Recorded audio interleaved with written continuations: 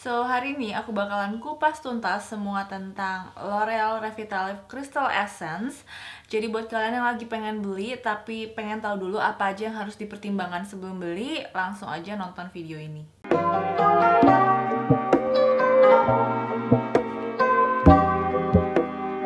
Aku akan bahas dari kegunaannya dulu tentang si produk L'Oreal Revitalift Crystal Essence ini. Kegunaannya yang pertama adalah menghidrasi. Jadi dengan kandungan airnya yang paling banyak. Jadi kalau kalian lihat di ingredients listnya dia, water itu adalah kandungan pertamanya dia. Kandungan utamanya air, lalu dia disupport dengan ingredients lainnya yang ngebuat si air itu lebih cepat terserap. Terus ada bahan aktif lainnya yang bisa memperlama si kandungan air itu bertahan di kulit dan gak cepet menguap atau terevaporasi ke udara. Jadi dia sangat-sangat menghidrasi kalau kalian pakai di kulit kalian, di kulit wajah. Dan karena dia sangat menghidrasi itu akhirnya dia bikin kulit kita jadi kelihatan lembab, jadi terasa lembab. Jadi menghidrasi, melembabkan. Terus kalau misalnya kalian baca, dia ada tulisannya bahwa dia mengandung micronized Centella asiatica. Jadi sebenarnya di dalam si Crystal Essence ini itu ada kandungan yang namanya, oke, harus contek dulu tadi soalnya aku lupa. Namanya Madeca Society. Jadi Madeca Society ini adalah kandungan yang ada di dalam tanaman namanya Centella asiatica. Dan seperti kalian tahu yang namanya Centella asiatica tuh bagus banget untuk mempercepat penyembuhan luka pada kulit, wound healing. Dan dia bagus juga untuk menenangkan kulit, soothing sifatnya. Jadi kalau misalnya ada kondisi kulit kalian yang teriritasi atau kemerahan, itu bisa dibantu dengan si Centella asiatica ini. Jadi dia bisa menghidrasi, melembabkan, udah gitu menenangkan kulit. Nah, abis itu juga yang terakhir nih aku rasa penting banget ada di dalam si Crystal Essence ini adalah dia mengandung salicylic acid atau BHA. Nah, di dalam si L'Oreal Revitalift Crystal Essence ini kandungannya cuma 0,5%, jadi relatif rendah dan cenderung aman untuk dipakai orang yang baru mau mencoba-coba untuk pakai chemical exfoliant atau BHA. Jadi dengan kandungan si salicylic acid ini akan membantu kita untuk membersihkan pori-pori juga karena dia ngangkat sebum yang ada di dalam pori-pori.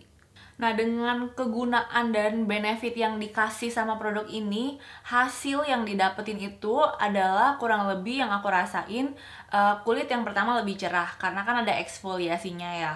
Terus yang kedua, aku ngerasa dia sangat-sangat menghidrasi. Yang terjadi adalah kulit kita jadi kelihatan lebih plump, lebih kenyal, sehingga pori-pori yang ada di kulit kita tuh jadi kelihatan lebih mengecil. Nah, otomatis jadi kelihatan lebih flawless karena pori-porinya nggak besar dan obvious lagi, nggak jelas kelihatan di wajah kita.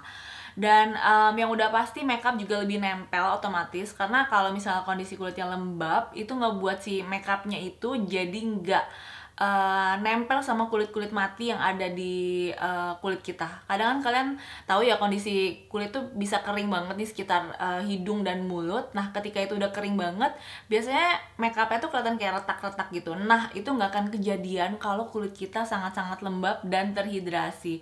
That's why aku selalu tekenin, selalu bilang yang namanya hydration dan moisturizing itu penting banget buat kulit kita karena itu adalah kebutuhan dasar kulit kita sebagai bentuk perlindungan kulit kita gitu. Kalau kulit kita nggak terhidrasi dengan baik, nggak dilembabkan dengan baik, itu akan gampang rusak skin barrier-nya. Dan untuk orang-orang yang kulitnya kemerahan, karena dia mengandung si Madeca Society yang ada di dalam Centella asiatica itu, dia akan ngebuat kulit yang kemerahan atau iritasi jadi lebih kalem, jadi lebih tenang, jadi nggak kemerahan lagi, jadi nggak terlalu perih lagi, sampai lama-lama nanti hilang kemerahan dan rasa perihnya. Nah, sekarang aku mau sharing beberapa review dari teman-teman yang aku ambil dari Soko ID di website Sociola karena di sana tuh orang-orangnya reviewnya menurut aku detail banget. Jadi aku kalau misalnya mau cari review buat produk-produk tertentu, kadang aku juga baca-baca review dari sana. Nah, ini ada 8 review yang mau aku share dengan berbagai jenis kulit yang berbeda karena mungkin dari teman-teman ada yang jenis kulitnya beda, nggak sama kayak aku dan pengen tahu gimana sih kalau di kulit kalian. Nah, ini aku ambil review random punya orang-orang. Aku mulai dari yang pertama. Ini adalah Widi Desti. Dia jenis kulitnya kombinasi dan sensitif. Baru pakai sekitar 2 mingguan dan hasilnya udah mulai kelihatan. Mukaku jadi jarang berjerawat, kerasa lebih halus, lebih cerah dan plump. aku pakai rutin 2 kali sehari dan bener-bener sebagus itu, sesuai banget sama klaimnya. Wanginya juga enak dan ada efek seger-seger gitu setelah dipakai. Packagingnya simple dan mewah, tapi harus hati-hati jangan sampai jatuh, bisa pecah karena botolnya kaca. Nah, ini salah satu kekurangan yang aku emang gak suka, yaitu botolnya kaca. 1, berat, 2, gak travel friendly. Tapi untungnya nanti aku bakal tunjukin ada varian lainnya yang botolnya plastik juga. Nah, yang kedua ini dari Zulfa Zanah Nur.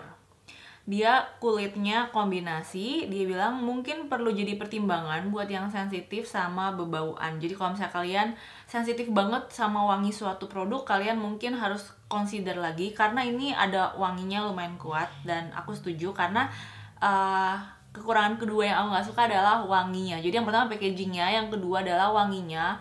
Menurut aku kayak kolon cowok gitu dan lumayan strong, walaupun itu gak nimbulin efek iritasi apapun di aku. Tapi baunya menurut aku cukup awal-awal mengganggu gitu. Tapi setelah tahu benefitnya di kulit, I'm okay with it.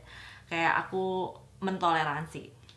Lanjut, walaupun gak ganggu, aku pakai pas kulit lagi kering pol. Jujur aja di aku nggak terlalu ngelembapin, tapi mungkin buat kulit normal atau oily, normal tuh oily, bakal bagus untuk hidrasinya. So dia kayak pakainya pas kering banget. Jadi kalau misalkan kalian belum tahu, si L'Oreal Revitalift Crystal Lift ini tuh ada 2 series, yang tutupnya merah dan putih. Kalau kulit kalian sangat kering, disarankan untuk pakai yang tutupnya merah karena itu lebih menghidrasi dan lebih melembabkan lagi. Teksturnya itu lebih agak slightly banget kental, kayak putih telur. Jadi nggak benar-benar cair kayak air gitu, tapi kayak putih telur. Nah, itu lebih melembabkan dan lebih cocok untuk orang yang jenis kulitnya kering atau kondisinya lagi benar-benar kering.